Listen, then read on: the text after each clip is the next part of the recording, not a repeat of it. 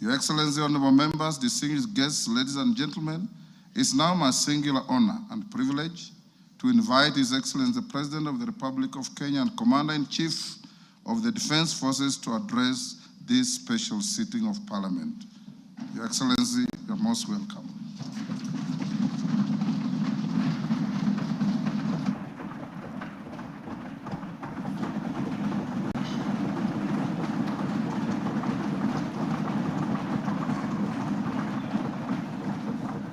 Thank you very much. The Honorable Speakers of the National Assembly and Senate, the Honorable Members of the National Assembly and Senate, the Chief Justice and the leadership of the Judiciary, Cabinet Secretaries, Your Excellencies, distinguished guests, fellow citizens, ladies and gentlemen. 2 years ago, when I delivered my first State of the Nation address, I had a vision to sell. Today, I have a story to tell. A story written not in the quiet offices or the comfort of boardrooms, but out in the blazing sun of our farms, in the dust of construction sites where our affordable homes now rise, and in the grit of our community health workers, doctors, medical professionals who refuse to surrender in the quest for universal health coverage. It is written in the steady hum of our factories, in the determination of millions daring to dream and finance their vision through the Hustler Fund, in the courage of our young people working on housing sites, in the Climate Works program, in the digital ecosystem, and in the bravery of those who, looking beyond our borders, have sought livelihoods abroad to sustain families back home. A story of sacrifice, a story of sweat, a story of progress that has not come easy. It is a story you can see in the numbers, feel in the homes, and trace in the lives transformed across our republic. A story whose facts are available for all to examine, except perhaps for the cynical who have no facts. Today, the evidence is clear, evidence of promises made and promises kept. In just 3 years, we have built not monuments of words, but foundations of progress. And yet, even with these achievements, I am convinced that this is only but the beginning. Mr. Speaker, honorable members, as I prepared this address, I reflected deeply on the long road we have traveled as a nation. 62 years shaped by struggle, sacrifice, hardship, triumph, and milestones that have affirmed our spirit. From that reflection came one undeniable truth. We have made commendable progress, but Kenya still punches way below its true weight. This nation has the talent, the resources, and the spirit not just to improve, but to leap and to make the transition from a developing country to a developed one within our lifetime. That is why I speak today with full conviction that history has summoned this generation, our generation, at such a time as this, to a higher purpose. Some eras are shaped by events. Others are defined by the decisions a nation makes. And today, Kenya is called to make such a decision, to finish the journey our forebearers began and finally turn our long-held potential into lived reality. To do this, we must cast off the prevailing mindset of being content with the average.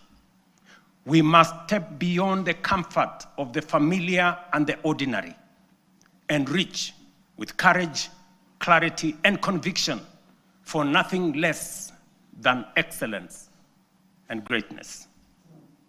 Therefore, as we examine the achievements of the past 3 years, results that have laid a firm foundation for equality of opportunity and a nation where no one is left behind, today I will also place before you not just a vision, but a national project that is realistic, grounded, and entirely within our reach. A vision not just to grow, but to transform. A roadmap not merely to move forward, but to rise from developing to developed, to rise from potential to reality, to rise from promise to prosperity, to rise from the third to the first world, to rise finally into the Kenya we have long imagined, the Kenya we deserve.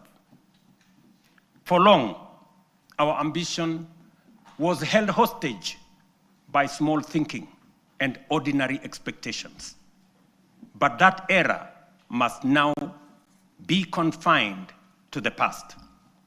Today, we stand on the threshold of something far greater, a moment in which we can say that our parents dreamed of and what our children yearn for, we will accomplish in our lifetime.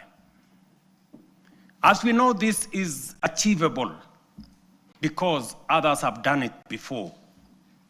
I have often spoken of the Asian tigers, South Korea, Singapore, Hong Kong, Malaysia. And by the way, members, the Prime Minister of Malaysia will be here this weekend. Countries that at independence were our peers in nearly every measurable way. They had no extraordinary resources. They were not superhuman. They simply had the courage to make bold, disciplined, deliberate choices. They invested in their people, demanded excellence, and refused to be trapped in the limitations of their circumstances. They refused to make peace with mediocrity. Today, they stand as first world economies. If they could rise, so can Kenya. It can be done. Let me repeat. It can be done. Later in this address, I will set out the strategic choices, the reforms we will deepen, the sectors we will unlock, and the investments we will prioritize to move Kenya to the next level.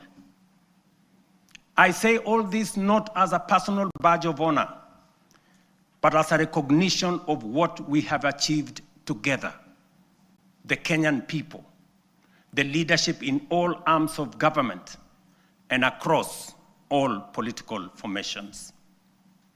Honorable members, the last 3 years have not been easy. We have agreed, sometimes disagreed, and at times those disagreements have carried great cost. We have compromised. We have confronted hard truths. And we have endured storms none of us invited. But we all take comfort that it has not been for nothing, for this is how far we have come. At a time like this, in 2022, Kenya was in distress. Inflation had soared almost to double digits. A fuel shortage threatened to paralyze our economy as oil marketers struggled to access dollars. The shilling was in free fall. Foreign reserves had hit historic lows. Debt service consumed more than half of our revenues. Confidence, both local and foreign, had waned. International analysts warned that it was no longer a question of if, but when Kenya would default. Within that context, we acted. We restored fiscal discipline. We eliminated wasteful subsidies. We rationalized public expenditure. We strengthened revenue collection and placed our economy on a path of recovery and sustainability. Inflation, which stood at 9.6% in 2002, in 2022, has steadily declined to 4.6% as of last month, bringing much needed relief to households. The shilling, once in perilous downward spiral, has stabilized at 129 to the dollar for nearly 2 years, a direct consequence of prudent monetary policy and disciplined fiscal management.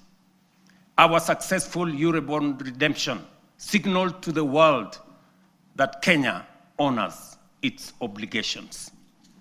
3 years ago, Kenya was ranked the 8th largest economy in Africa with a GDP of 115 billion US dollars. Today, our GDP has increased to $136 billion, moving us up to become the 6th largest economy on the continent, according to IMF. This steep rise, ladies and gentlemen, is not accidental. It is the product of deliberate choices, disciplined execution, and strategic reforms that have strengthened our economy and unlocked its potential. Our foreign reserves have surpassed US dollars 12 billion, the highest in independent Kenya. This has restored certainty, cushioned our economy from external shocks, and restored investor confidence. International markets have taken note. Just this week, 14 of the world's leading financial institutions, including Citigroup, JP Morgan, Standard Chartered, and Goldman Sachs, projected that Kenya's economy will expand by between 5 and 5.8% in 2026. This confidence is anchored in solid fundamentals: lower credit costs, rising exports, improved household spending driven by low inflation, and a broadly stable macroeconomic environment. Standard & Poor's has upgraded Kenya's sovereign credit rating from B- to a firm B, our first upward revision in many years, signaling renewed international confidence. This upgrade lowers our risk profile, attracts more investment, and reduces borrowing costs for both government and the private sector.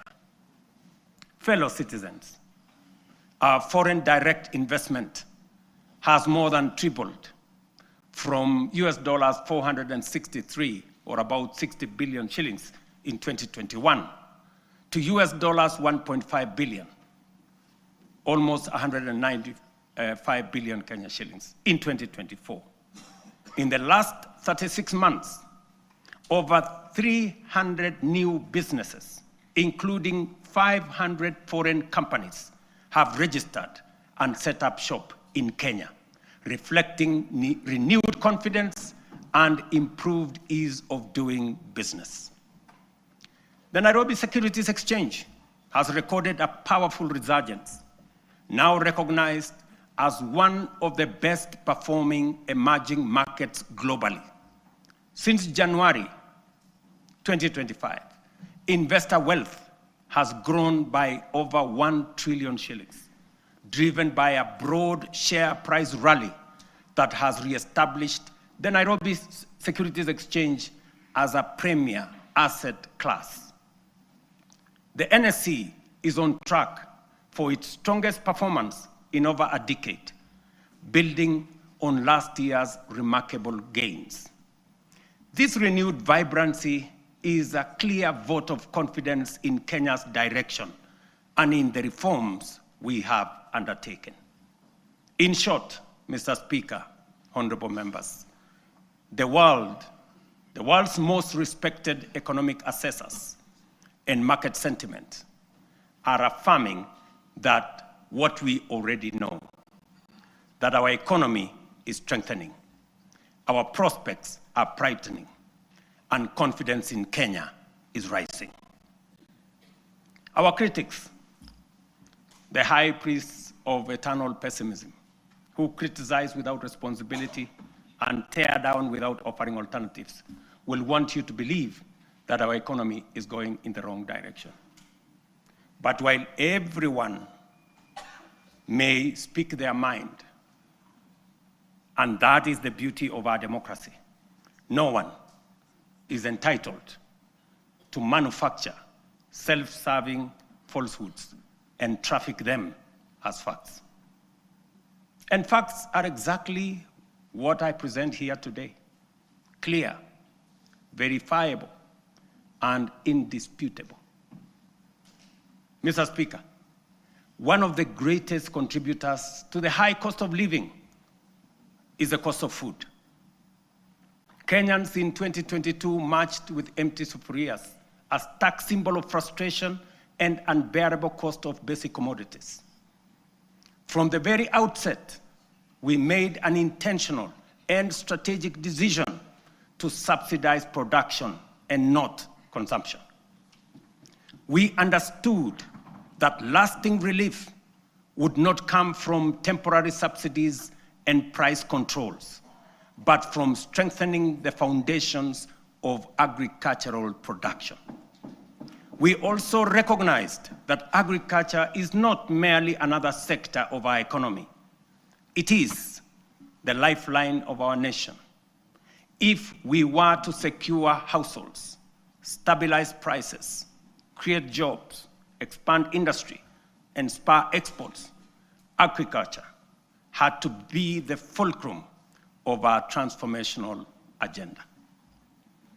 To organize the sector and improve service delivery, we launched an integrated digital platform to register farmers.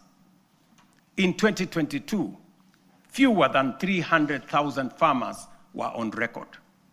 Today, over 7.1 million farmers are registered on the Kenya Integrated Agricultural Management Information System, giving us visibility to design scientific targeted interventions and eliminate extortionists, getaway brokers, and drive out cartels and middlemen.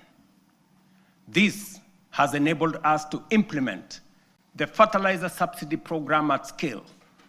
To date, over 21 million bags of affordable fertilizer have been distributed, reducing the price by nearly 2/3 and saving farmers Kenya shillings 105 billion so far.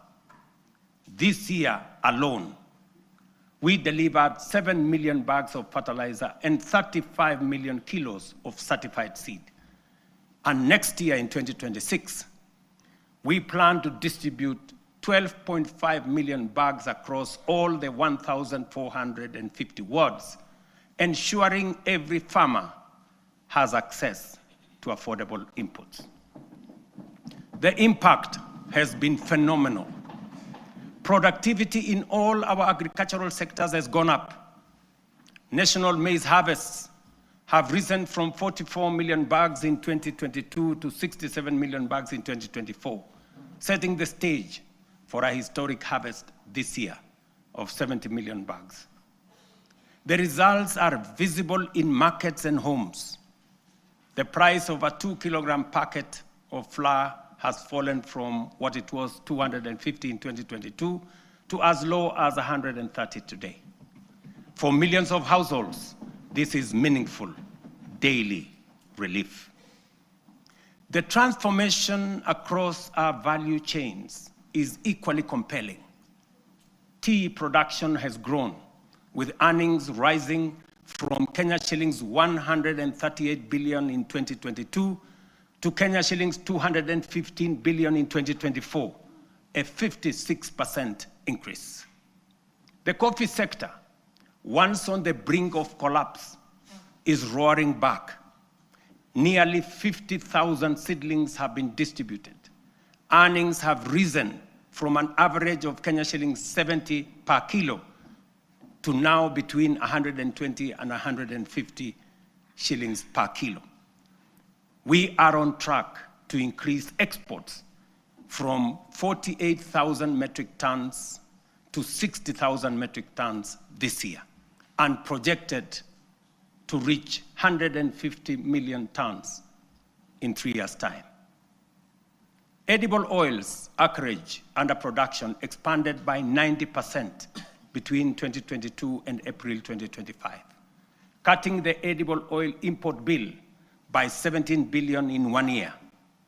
By 2027, we aim to halve this bill, saving Kenya nearly 60 billion in foreign exchange. Cotton production has nearly tripled. Cashew nut yields have grown following the distribution of 900,000 seedlings, and so has coconut output after the provision of 1 million seedlings. The sugar sector, long troubled, is now stabilizing. Area under cane is up by 200,000 acres. Production has surged 76% to over 815,000 metric tons. Imports are down 70%.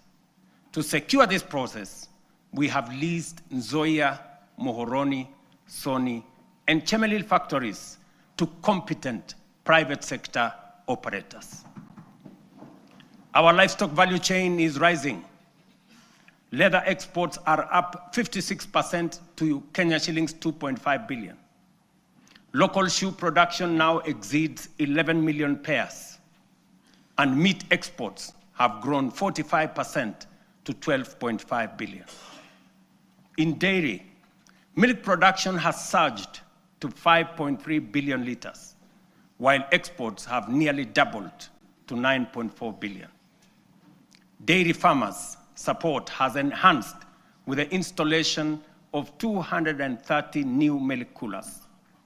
Nearly 8 million animals have been vaccinated, and Kevevapi has produced a record 94 million vaccine doses, which are used locally and also exported to our neighbors in the region. We have reduced the cost of sex semen from 8,000 shillings per dose to 1,000 for our dairy farmers. The outcome of these reforms is unmistakable. We have enhanced food security, raised farmer incomes, driven agro-industrialization, and expanded Kenya's export footprint.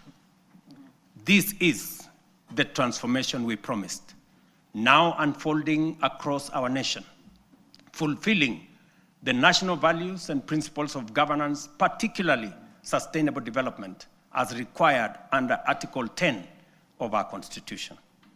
It is in accordance with this constitutional duty that I report to this House today.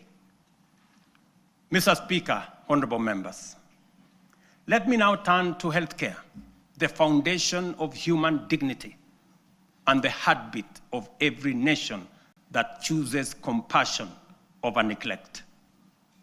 Over the last 3 years, we have undertaken the most ambitious transformation of health systems since independence. Reforms rooted in equity, powered by innovation, and guided by a simple conviction that every Kenyan, wherever they live and whatever their means, deserves equal care. 27 million Kenyans are now registered in SHA, more than triple the number ever reached by the former NHIF. This is a demonstration that leaving no one behind was and is not a slogan. It is a promise on course to fulfillment. Additionally, more than 10,000 health facilities across the country have signed in to serve under this new system. But honorable members, real health care begins long before patients reach a hospital. That is why in September 2023, we deployed 107,000 community health promoters, the largest primary health workforce in our history, trained, equipped, and present in every ward in all our 47 counties. Their impact has been extraordinary. Consider three statistics. 8.9 million households have so far been visited. 9.9 million diabetes screenings have been done with 134,000 cases diagnosed. 6.5 million hypertension screenings have been conducted with 305,000 cases confirmed. Millions of lives have been touched and thousands saved. This is what equity looks like. This is the meaning of universal health care. This is leaving no Kenyan behind indeed. Behind these numbers stand the community health promoters, quiet, devoted, tireless, heroes of this new era. Today, we honor them. We thank them. To them, we say Kenya is healthier because of you. Mr. Speaker, when I promised that those unable to pay would be supported by government under UHC, the cynics scoffed as usual. Today, we are paying premiums for 2.3 million vulnerable Kenyans, including orphans, widows, the elderly, and those without income. Because for them, healthcare is not a privilege. And I must commend members of this august House who have stepped in to support vulnerable families in this gesture. We are also modernizing hospital equipment through the National Equipment Service Project, replacing the old MES model that burdened counties with heavy upfront costs. Under the new fee-for-service system, private partners install, maintain, and run state-of-the-art equipment, and public facilities pay only when they use them. We have overhauled KEMSA to end the chronic crisis of drug shortages, raising medicine availability from 48% to 68%, and to a projected 90% by the end of this year and 100% by March next year. This is more than healthcare reform. It is a long-deferred promise finally taking shape. A Kenya where every citizen can face tomorrow with confidence, knowing their nation will stand with them in their hour of need. It fulfills our national values of dignity and equity as stated in Article 10 of the Constitution. In the same spirit, the government is strengthening financial protection for Kenyans under cancer treatment. Social Health Authority will enhance the cancer benefits package from the current 550,000 shillings to Kenya shillings 800,000, effective December 1. This enhancement responds to the rising cost of sustained cancer care and ensures that patients can access quality, uninterrupted treatment without facing financial hardship. Mr. Speaker, honorable members, when I assumed office, our education sector was in distress with a strained CBC transition, a chronic teacher deficit, universities on the edge of insolvency, and overstretched infrastructure. We moved quickly to restore education as the great equalizer.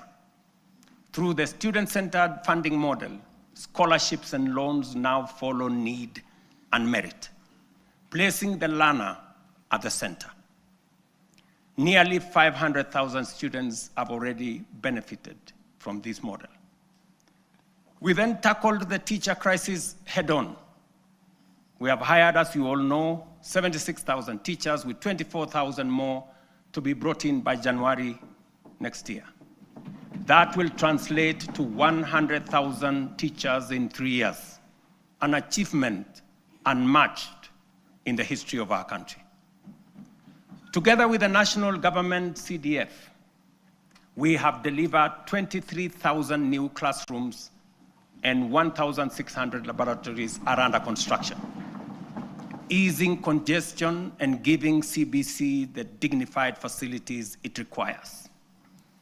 TVET has become the engine of practical skills. Enrollment has leaped from 341,000 in 2022 to 718,000 as young Kenyans embrace engineering, ICT, modern agriculture, hospitality, design, and the trades that power a modern economy. In strengthening education at every level, we are giving life to the national values in Article 10, especially equity, human dignity, and sustainable development, ensuring every child has a fair chance to rise. Mr. Speaker, honorable members, 3 years ago when we said we would deliver affordable housing, the cynics dismissed it. They said it was fantasy. When they realized we were serious, they called it impossible.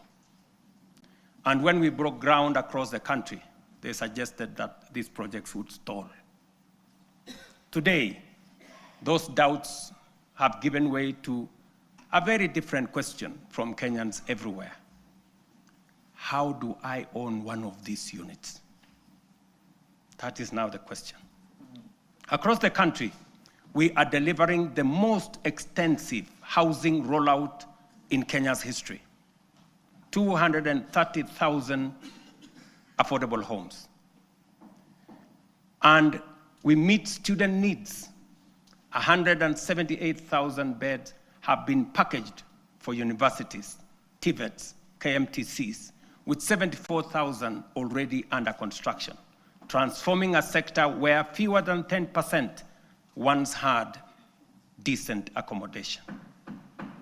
Additionally, 270 modern markets are taking shape nationwide, providing vital spaces for women and MSMEs, with another 175 underway, expanding the backbone of local commerce.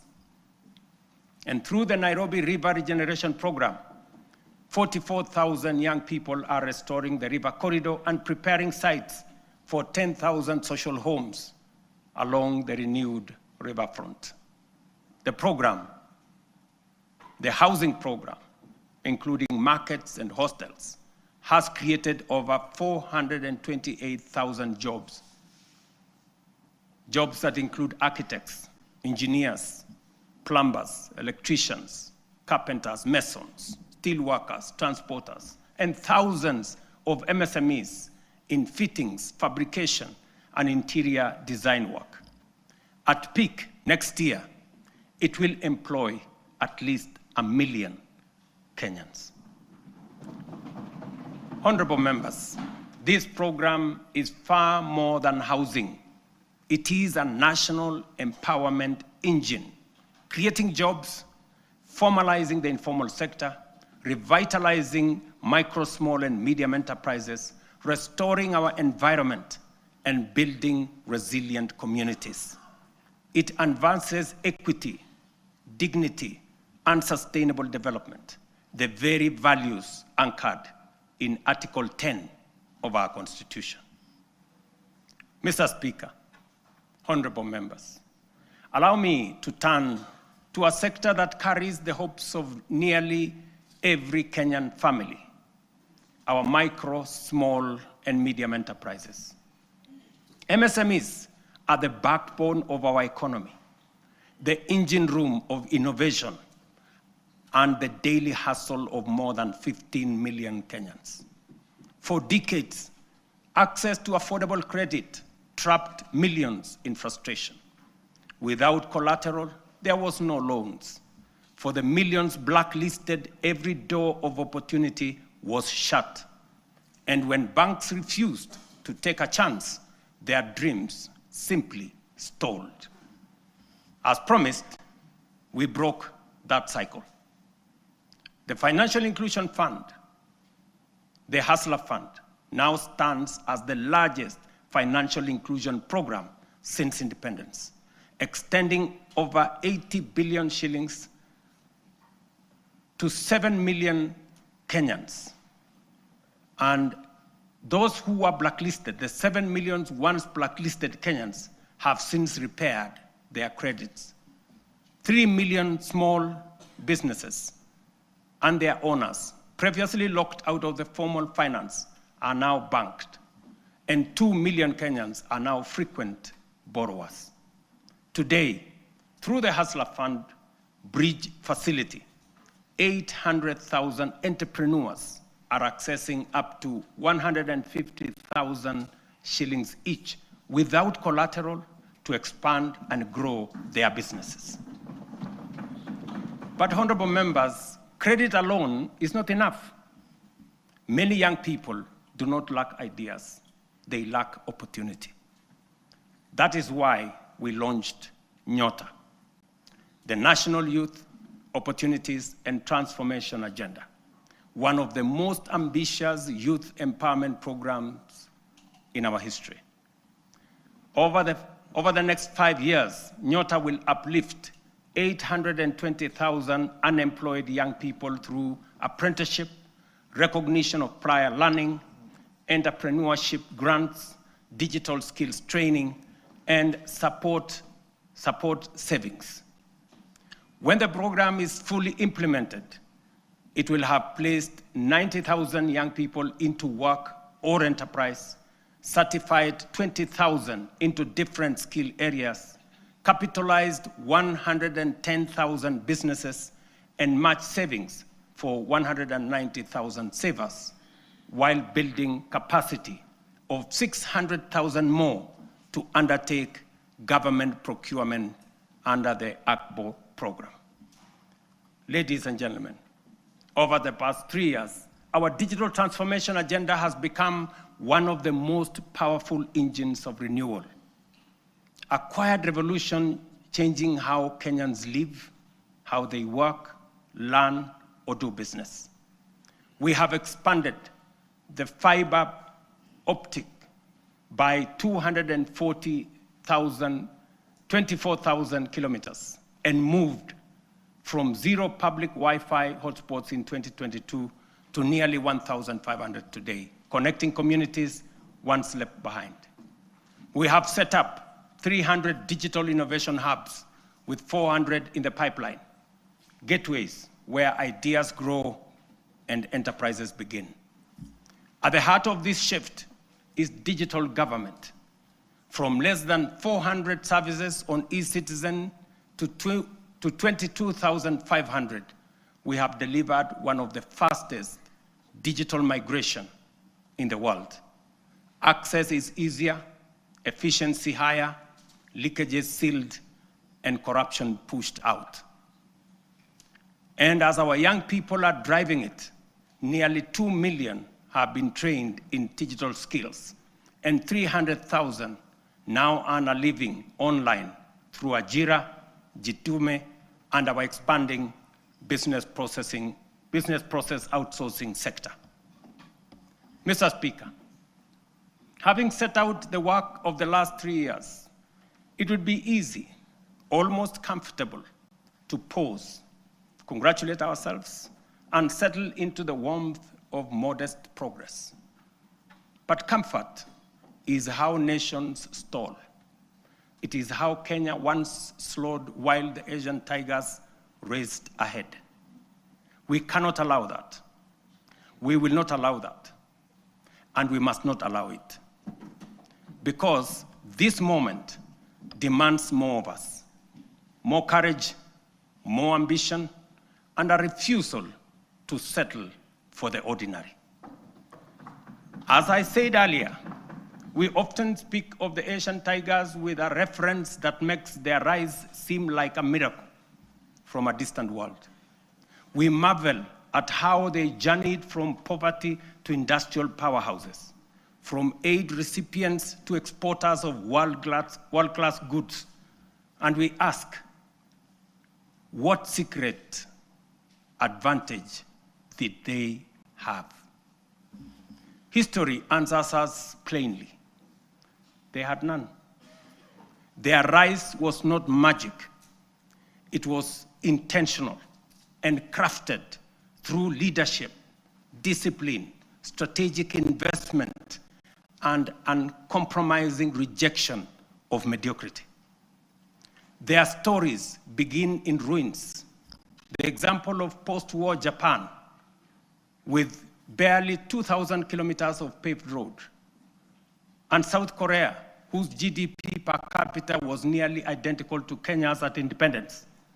Today, Japan commands over 1.1 million kilometers of paved roads, while Kenya has 22,000, 62 years after independence. South Korea's GDP per capita now exceeds $36,000 compared to our own $2,200. These comparisons are not meant to indict us, but to demonstrate what becomes possible when a nation chooses ambition over resignation. From their journeys, clear lessons emerge. These nations set aside small dreams and integrated boldly with global markets. They built first world infrastructure in what was third world environments.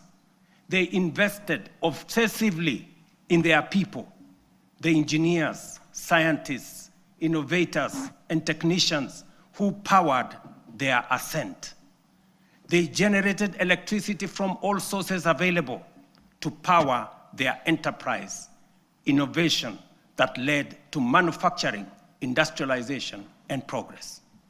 They simplified investment through institutional reforms that allowed capital, technology, and talent to progress without friction. They prioritized production by planning their industries long before those industries emerged. Critically, they nurtured ecosystems of relentless innovation, giving rise to global giants like Samsung, Hyundai, Toyota, and Sony, companies that began modestly and grew to define modern history. The task before us, therefore, is unmistakably clear.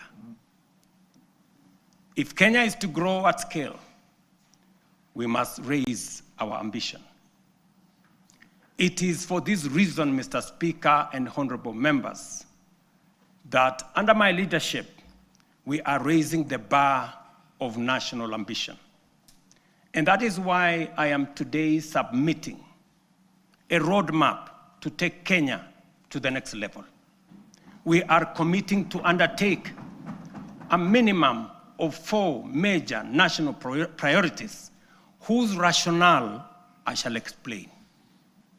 First, we must invest relentlessly in our people, in their education, skills development, scientific training, and innovation capacity. We have already set the foundation through the major reforms in the education sector.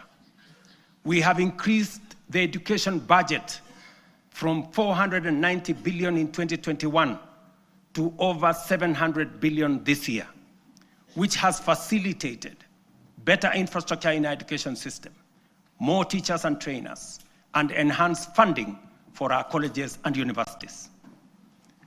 I have reorganized government departments to establish a dedicated State Department for Science, Research, and Innovation to support the urgent need to scale up STEM courses in our education system, strengthen innovation, promote research, and create a pool of high-level professionals in engineering and science. This structure will also help actualize the 2% research fund needed to make this ambition a reality. We must fund startups and deliberately scale up and commercialize innovation to create new companies. We must actualize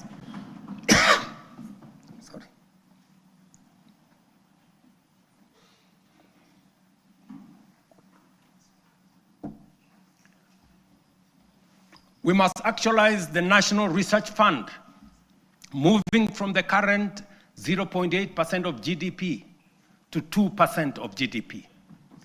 This leaves us with a shortfall today of 180 billion. Progressively, we should grow the fund to 1 trillion over the next 10 years. We will mobilize domestic public resources, private investment, venture capital, and other private sector financing to drive this effort, because no nation rises above the abilities of its citizens. Let me repeat that.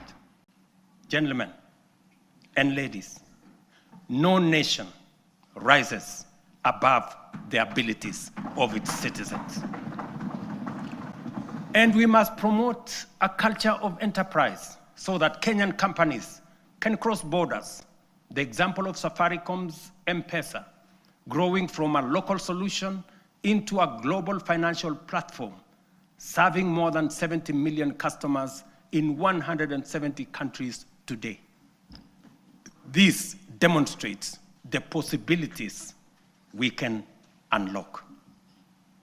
Secondly, we must turn around our economy from a net importer to a net exporter of products, goods, and services.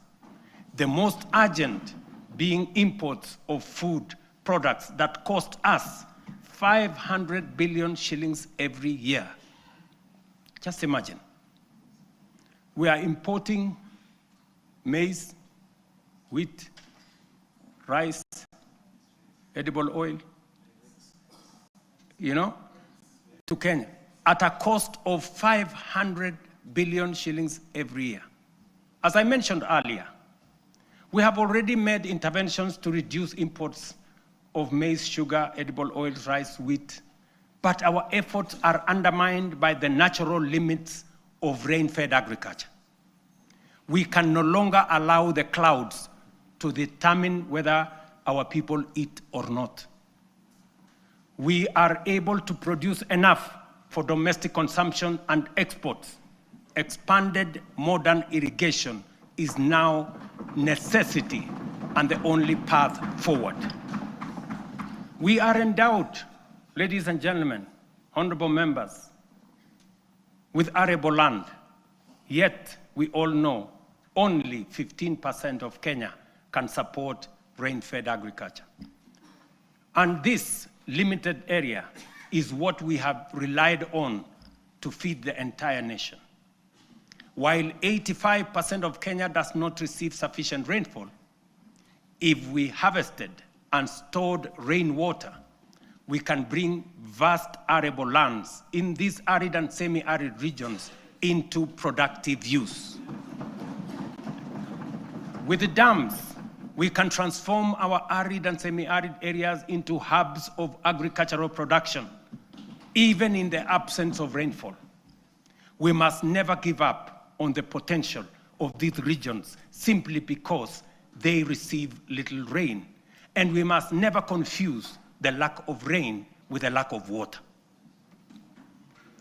This is why we must build at least 50 mega dams nationwide, alongside 200 additional medium and small dams and thousands of micro dams to collect and store water, not only to secure our food supply, but to bring at least 2.5 million additional acres under irrigation within the next 5 to 7 years. Therefore, the commitment to harvest and store water is not simply about food and water security. It is a strategic, nation-shaping investment, one that underpins our aspiration to be a net exporter of agricultural products, underpins economic independence, rural prosperity, and sustainable development. The Ministry of Water and Sanitation and Irrigation, alongside all relevant agencies, have already mapped out precise locations of these dams. These projects span the breadth of our republic. Sorry. From the High Grand Falls, a mega dam on River Dawa in Mandera, Isiolo, Pasalinga Dam, Yata in Machakos, Singli Canal in Garissa, Soin Koru in Kisumu, Rumuruti in Laikipia, Thochi in Embu and Tharaka, Lowat in Turkana, Mahoya Dam, straddling Nyeri and Kirinyaga, Narosra in Narok, Aror in Elgeyo Marakwet. Others include Ndarugu in Kiambu, Kokwanyo in Homa Bay, Rare in Kilifi, Tongaren in Bungoma, and many more strategic sites nationwide.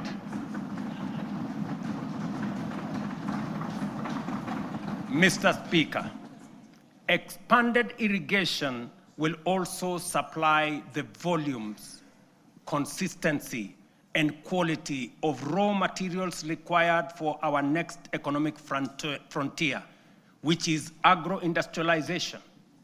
Irrigation will produce the raw materials, and our SEZs, EPZs, and county aggregation and industrial parks will convert them into high-value products for national, regional, and global markets. Honorable members, energy is the lifeblood of any modern economy. No nation has developed without abundant, reliable, and affordable power. This is our third national priority. Although we have an installed capacity of 3,300 megawatts, the intermittence of solar and wind means our farm capacity is only 2,300 megawatts, far below what the Kenya of the present, let alone tomorrow, will require.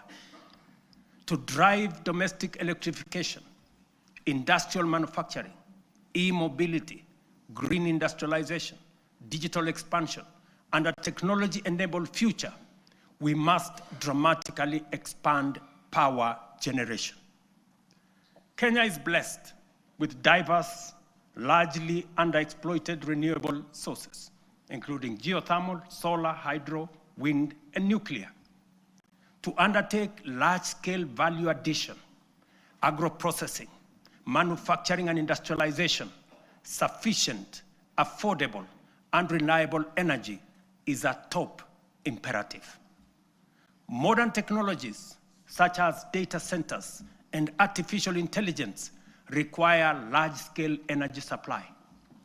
To modernize our economy, leverage on technology to create new opportunities, and to turn our agriculture and natural resources into products, manufacturing and industrialization consume many megawatts of energy.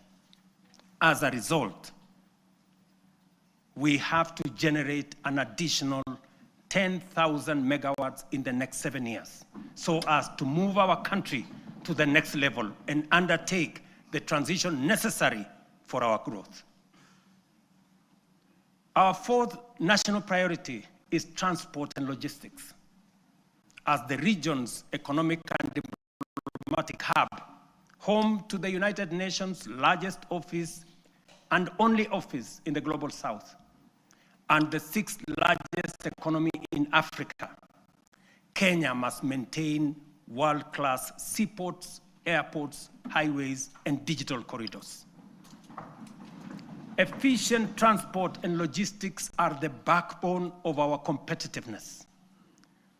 They accelerate national development, connect products to markets, move goods and services, lower the cost of doing business, and will reinforce Kenya as the aviation and commercial capital of East and Central Africa.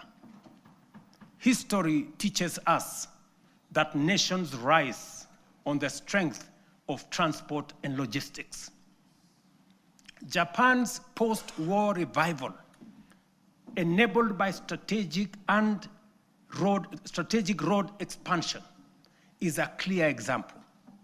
From only 2,000 kilometers of road, they constructed over 1 million kilometers of paved road in 7 decades. We in Kenya, you know, we have only constructed 22,000 kilometers over a relatively similar period. To scale up, ladies and gentlemen, honorable members, our transport and logistics program, the Ministry of Roads and Transport have already mapped out a comprehensive network of 2,500 kilometers of highway for dualing and 28,000 kilometers of road to be tarmacked over the next 10 years.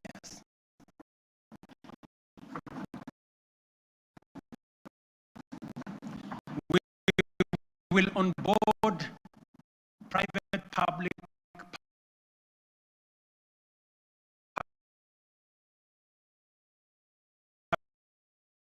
partnership in the modernization of Jomo Kenyatta International Airport, Mombasa and Lamu Airport, and sort out the challenges facing Kenya Airways by next year.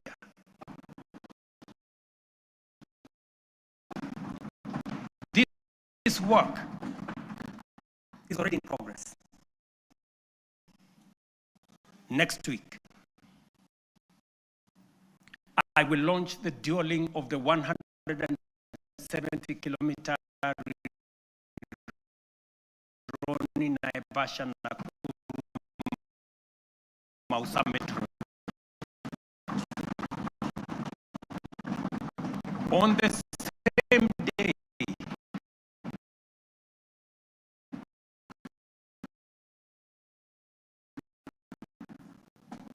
I will break ground on the dualing of the 58-kilometer Rironi Mai Naivasha road. The gridlock that paralyzes these roads every day, especially on weekends and holidays, will soon, by God's grace, be a thing of the past.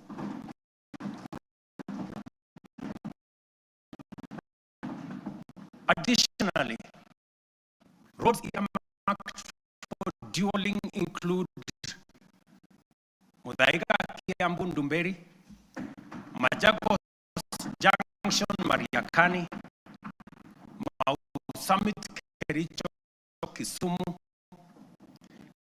Kisumu Busia, Mau Summit Eldoret Malaba, at the river Namanga, Karatina Nanyuki Isiolo, Mautano Embu Meru Maua, Mtwapa Malindi Mombasa, all the way to Ngalunga,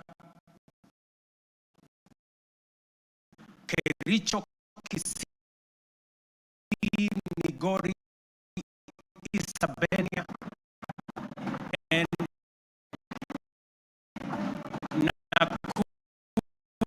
Nakuru, Nyahururu,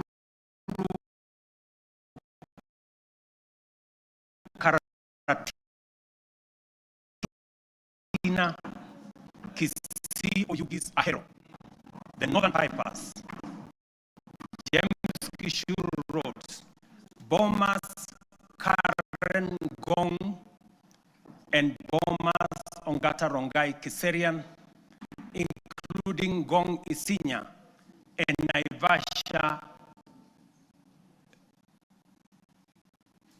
Naivasha to Kikuyu, among many other key corridors nationwide. This infrastructure drive will also include extending the standard gauge railway from Naivasha to Kisumu and eventually to Malaba. And that exercise, ladies and gentlemen, is beginning in January. In just 2 months, we will be beginning that process. Honorable members, estimates indicate that achieving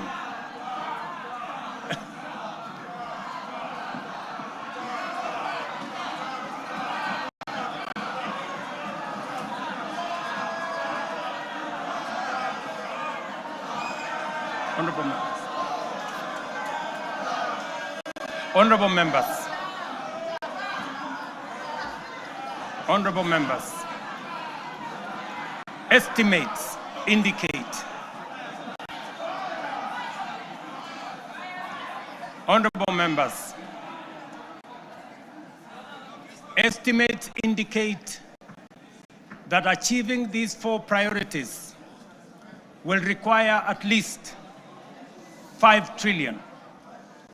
This is undeniably a large sum. Some may see it as unrealistic, even audacious, for a country like ours. But allow me to recall President John F. Kennedy's words in 1962 as he rallied America to reach the moon. And this is what he said, and I quote, "We choose to go to the moon in this decade and do the other things, not because they are easy, but because they are hard. Because that challenge is one we are willing to accept, one we are unwilling to postpone." These 4 projects are our national imperatives, commitments we must embrace without hesitation, not because they are easy, not because they are cheap, but because they are absolutely necessary. Because they are worthy of our time. This is the assignment of our generation. This is the purpose for this administration and this parliament, the 13th parliament. And this is the moment we must rise up to. Which brings us to the next question. Given our fiscal constraints, how shall we finance these transformative projects and do so sustainably? The answer, ladies and gentlemen, lies in 2 key financing vehicles: the National Infrastructure Fund and the Sovereign Wealth Fund. As noted earlier, our development ambitions require sustained, large-scale investment in education, in roads, in energy, water systems, logistics, transport, and digital network. Yet, our fiscal space is narrow. We cannot continue funding essential infrastructure through unsustainable borrowing and burdening taxpayers with additional taxes. But neither can we afford to postpone these imperatives without risking our future. There is need to be innovative in the use of our national revenues or the national revenues at our disposal. There is need to deploy our national assets available to us in creating public-private partnerships that will crowd in the enormous pool of private sector resources available regionally and globally. This is why we will establish the National Infrastructure Fund, whose architecture will be underpinned by the reforms in the Government-Owned Enterprises Bill passed by this August House that I will sign into law tomorrow. This fund is the strategic solution that will provide a framework to innovatively scale up our resources to match our ambition. It will fulfill our manifesto commitment to rebuild Kenya's infrastructure while reducing reliance on tax and debt.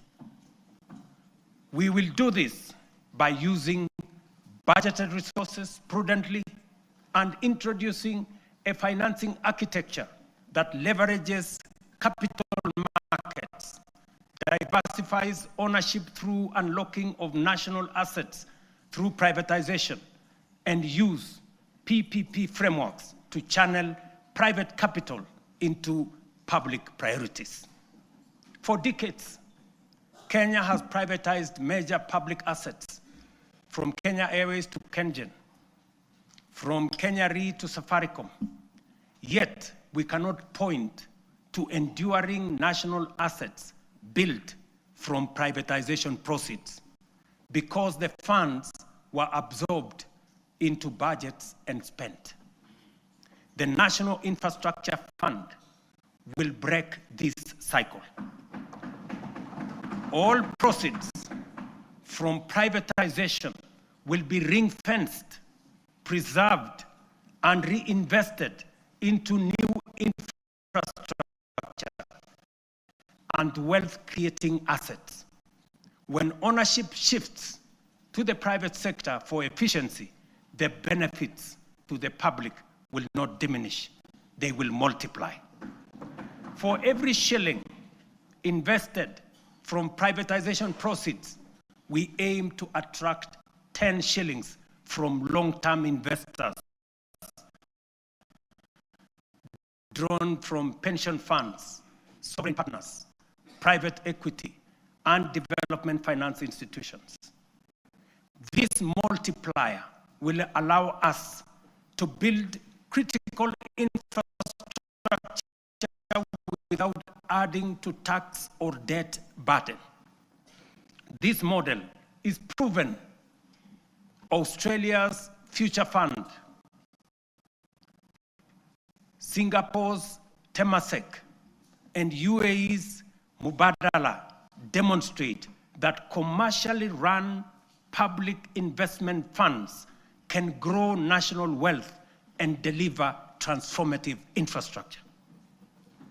The National Infrastructure Fund is therefore more than a financing tool.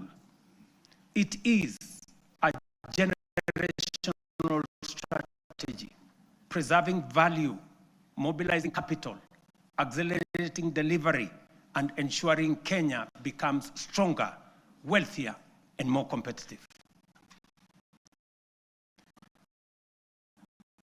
Ladies and gentlemen, honorable members, our Constitution, under Article 201C, stipulates that the burdens and benefits of the use of resources and public borrowing shall be shared equitably between present and future generations. In essence, when we use natural resources or borrow, we must ensure future generations are not left poor. That is why, alongside the National Infrastructure Fund, we will establish the Sovereign Wealth Fund to give full effect to the constitutional principle of intergenerational equity. A portion of all royalties from natural resources and a portion of proceeds from privatization of national assets will be invested in the fund. This fund will rest on 3 pillars.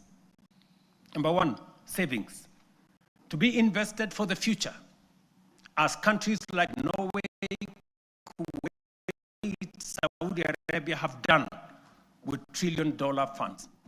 Number 2, stabilization, a buffer against global shocks, including commodity volatilities, pandemics, and geopolitical disruptions to ensure fiscal stability.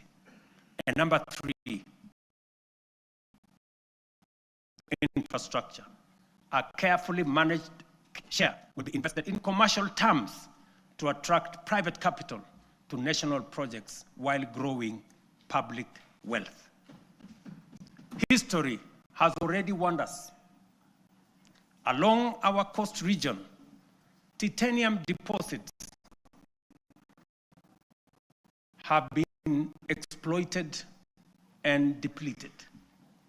And because we lacked a sovereign wealth framework, future generations will inherit nothing from the resources that we got from titanium. We cannot repeat this mistake. Mr. Speaker, honorable members, that is the scale of our national ambition. This is the blueprint for financing it prudently and responsibly. To shape this vision, I have engaged sincerely with leaders across the political spectrum. I've engaged many members of parliament, many governors, community leaders, and with Kenyans from all walks of life. I discussed this vision with the late Right Honorable Raila Amolo Odinga in the presence of Professor Anyang' Nyong'o, who reminded me that no nation has industrialized without roads, energy, and food security. I have engaged former President Uhuru Kenyatta, who emphasized the necessity of scaling up infrastructure investments. Honorable members, allow me to express profound gratitude to the 13th Parliament for your outstanding contribution, your foresight, your consistency, focus, and commitment on what is good for Kenya. The progress made in the last 3 years would not have been possible without your legislative agility, principled oversight, and commitment to national interest. When the history of this generation is written, this House, the 13th Parliament, will occupy a full and proud chapter. Your decisions are recorded not only in debates or statutes, but in the lives lived, progress of every Kenyan that has been achieved. For this, I extend my deepest gratitude and appreciation.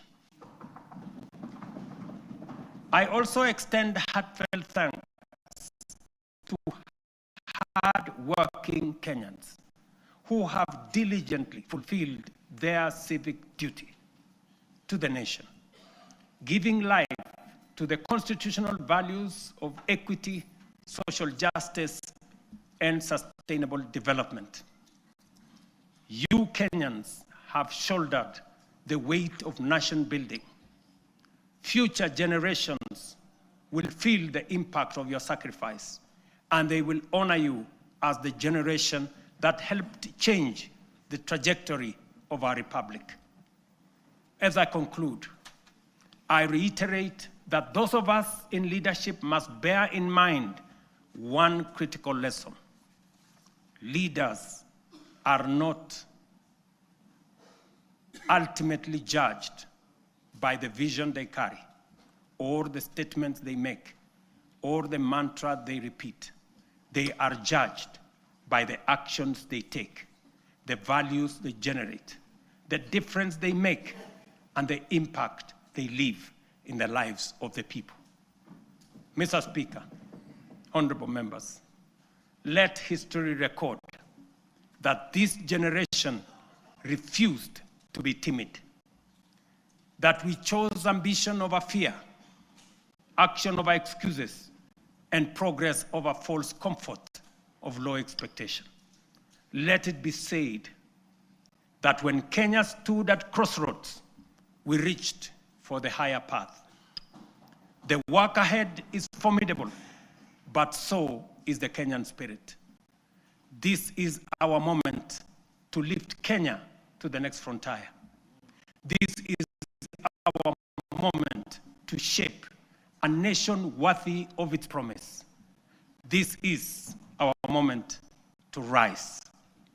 Honorable members, it is now my pleasure to submit to Parliament the following three reports as required by the Constitution.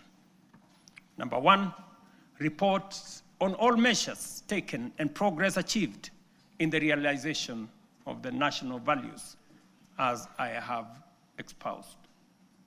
Number two, report on progress made in fulfilling the international obligations of the Republic. And number three, the report of the state of security of the country. Now, therefore, I hand over the reports to the Speaker of the Senate and the Speaker of the National Assembly, and I thank you for your attention. God bless you, and God bless our great country, Kenya.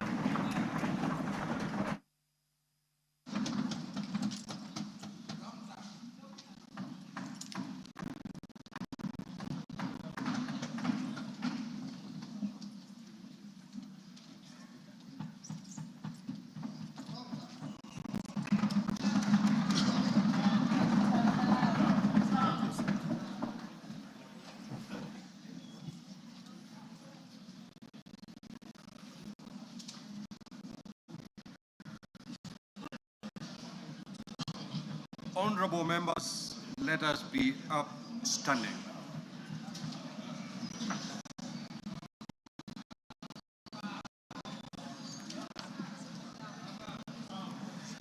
Your Excellency,